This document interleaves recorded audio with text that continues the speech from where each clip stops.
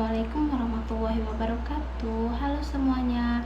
Perkenalkan, nama saya Eka Riana Sari dari kelas 12 Fakultas Ekonomi dan Bisnis Prodi Manajemen. Hari ini saya akan membahas sejarah masuknya Islam di Nusantara dan bagaimana dakwah Islam berkembang hingga menjadi bagian penting dari kehidupan masyarakat. Video ini akan menjelaskan teori-teori masuknya Islam ke Nusantara dan perjalanan dakwah Islam di berbagai wilayah Nusantara. Awal masuknya Islam ke Indonesia, Islam mulai masuk ke Indonesia sekitar abad ke-7 Masehi. Proses ini berlangsung secara damai dan bertahap, dibawa oleh perdagangan Muslim dari Arab, Persia, dan India melalui jalur perdagangan di Pelabuhan Barus, Perlak, dan Samudra Pasai. Dari pelabuhan inilah Islam menyebar ke berbagai daerah seperti Sumatera, Jawa, Kalimantan, Sulawesi, hingga ke Maluku. Islam diterima masyarakat karena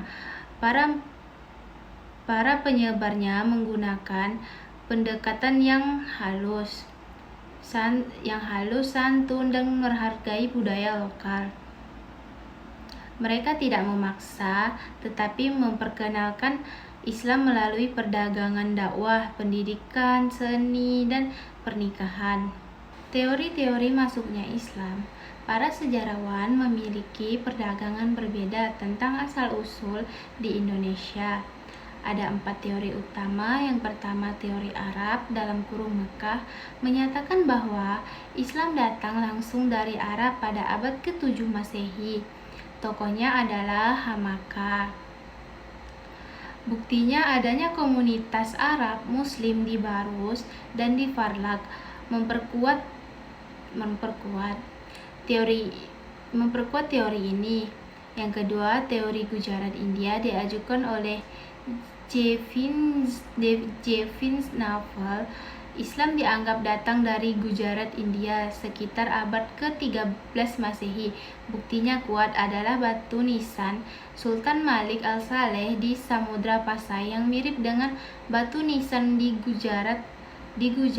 Yang ketiga, teori Persia menyebut Islam datang dari Persia, terlihat dari tradisi Tabut atau Asyura, istilah Jar peserta ajaran mistik seperti Manunggaling Kawala Gusti yang menyerupai Wahdatul Wujud. Teori Cina Tiongkok menunjukkan bahwa Muslim Tionghoa yang berperan penting, tokoh seperti Sunan Ampel dan Raden Fata memiliki keturunan Tionghoa. Arsitektur masjid-masjid kuno di Demak dan Kudus juga mengajukan pengaruh budaya Tionghoa. Islam menyebar di Indonesia melalui 4 jalur utama. Yang satu, perdagangan. Pedagang Muslim membawa ajaran Islam sambil berdagang di pelabuhan-pelabuhan penting seperti Pasai, Malaka, Gersik, dan Banten. Interaksi antara pedagang dan masyarakat menyebabkan Islam dikenal luas. Yang kedua yaitu dakwah ulama dan syaufi.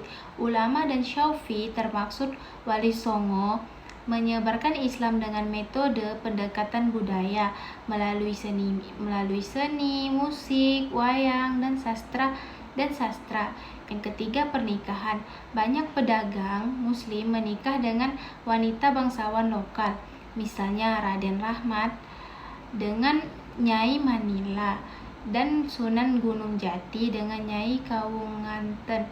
Dari sini pengaruh Islam menyebar luas ke lingkungan istana dan masyarakat. Yang keempat, kerajaan Islam.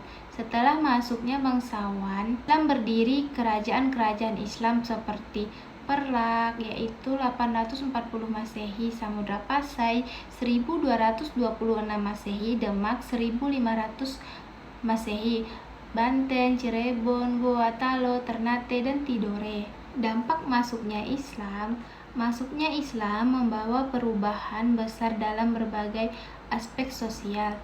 Masyarakat menjadi lebih egaliter, meninggalkan sistem kasta politik, munculnya sistem kesultanan, menggantikan kerajaan Hindu-Buddha.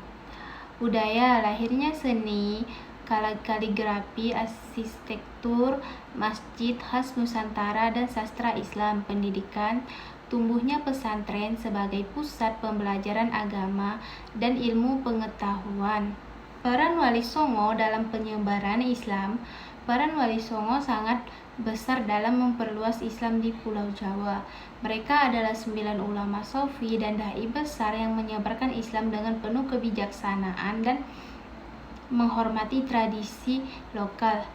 Berikut nama-nama Wali Songo dan perannya. Yang pertama, Sunan Gresik Maulana Malik Ibrahim, ulama pertama yang menyebarkan Islam di Jawa melalui pendidikan dan keteladanan.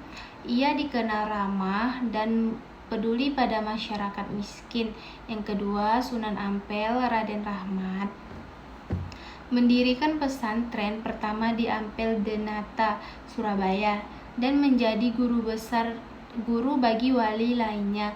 Sunan Bonong yaitu berdakwah dengan seni, musik, gelema, dan tembang suluk seperti Tombo Ati.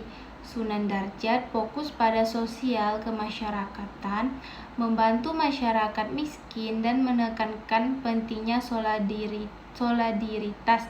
Sunan Kudus mengajarkan Islam dengan toleransi tinggi, misalnya melarang menyembelih sapi untuk menghormati umat Hindu.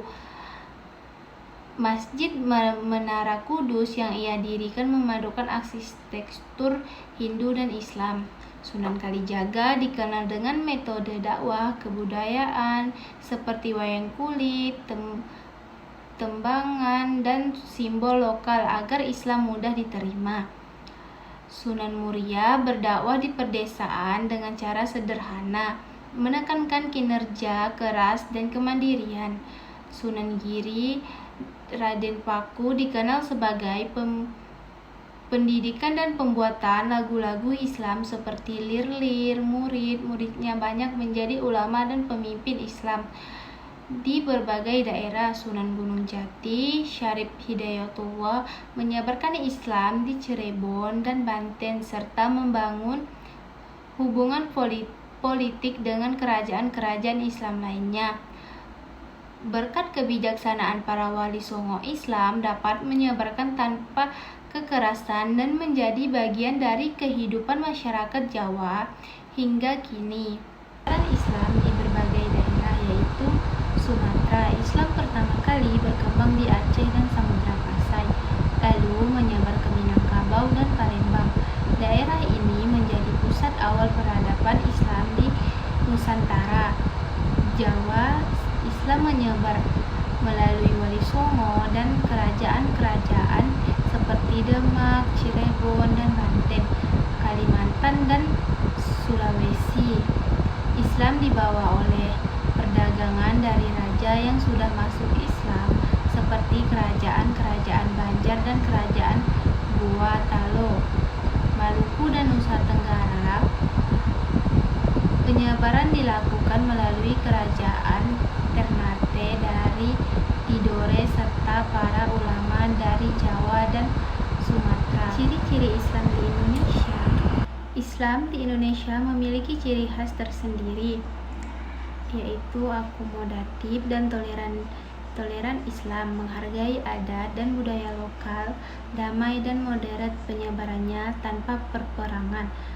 Ritual disampaikan melalui seni, sastra, dan tradisi daerah. Berkarakter sosial, mengutamakan gotong royong kebersamaan. Berpadu dengan nasionalisme, nilai Islam memperkuat semangat bersatu bangsa.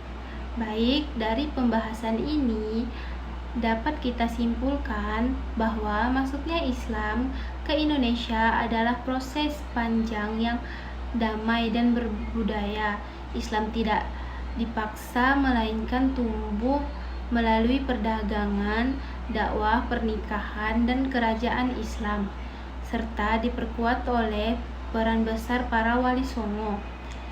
Islam diterima karena ajaran dan pendekatan yang fleksibel, ramah dan menghormati tradisi lokal.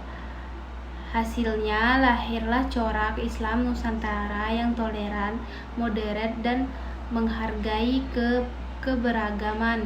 Semoga sejarah ini menjadi pelajaran berharga bagi kita untuk menjaga persatuan, kedamaian, dan nilai-nilai luhur Islam di bumi Indonesia.